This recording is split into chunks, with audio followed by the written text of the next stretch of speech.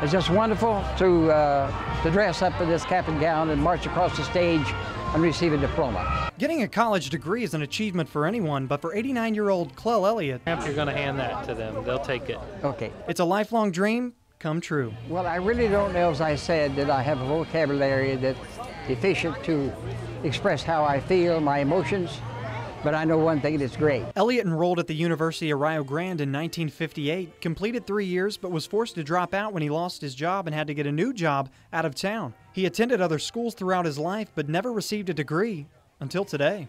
It's just great to get an education, get a diploma. While he never actually went back to school, Elliott contacted Rio Grande.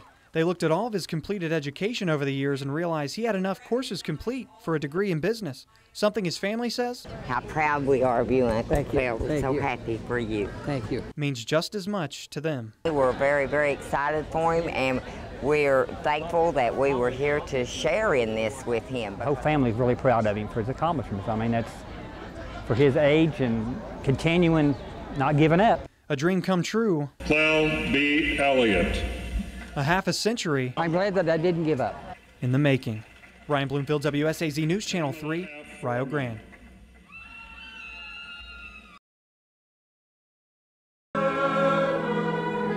There wasn't nothing that man wouldn't do, to help anybody. It's one of the toughest days folks in Louisa, Kentucky will ever go through. Eastern Kentucky will certainly miss Ralph Biding. Saying goodbye to a man some say they'll always remember. Nobody can ever fill the shoes of Father Biding because there's no other caring, loving, considerate, concerned person than he was. More than 100 people came out to pay their respects to Reverend Ralph Biding. Biding passed away this week in Ashland, and while he may be gone, his legacy is anything but. It'll be a great pouring out of many souls that'll be weeping over this man because he showed the love of Christ. He showed that brotherly love. Biding spent most of his life founding projects and missions to help the poor in Appalachia, leaving his community forever grateful. Just a great man. If it weren't for him, there would be a lot of people without clothing and without shoes and without school supplies, and there's no words to express how much he'll be missed. A man's life not only dedicated to serving the Lord,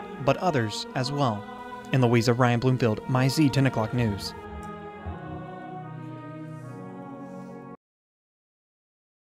This is my door going in, and as you can see, there's no beds, there's no couches. We sleep on concrete.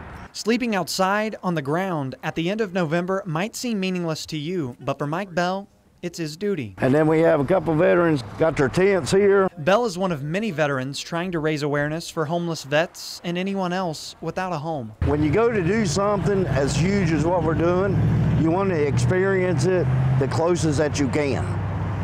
And going homeless and getting the experience of what homeless people are going through, that just makes it even more deeper. The group is collecting canned foods. Thank you very much, ladies. And donations. Veterans helping veterans! For the Salvation Army and Veterans Pantry in Portsmouth.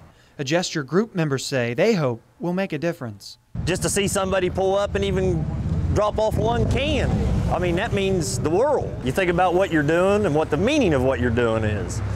And it's helping these guys out. For donators like John Ingalls, I hope it helps somebody. I really do. It will definitely help out. it's his way of saying thanks. I think it's just totally awesome. It's because of them we live free and we got everything we got today. That's proving that if all give some, Thank you. it will benefit those who gave all. Ryan Bloomfield, WSAZ News Channel 3, New Boston. How good does it feel to be home? It feels amazing. It feels wonderful to have this opportunity.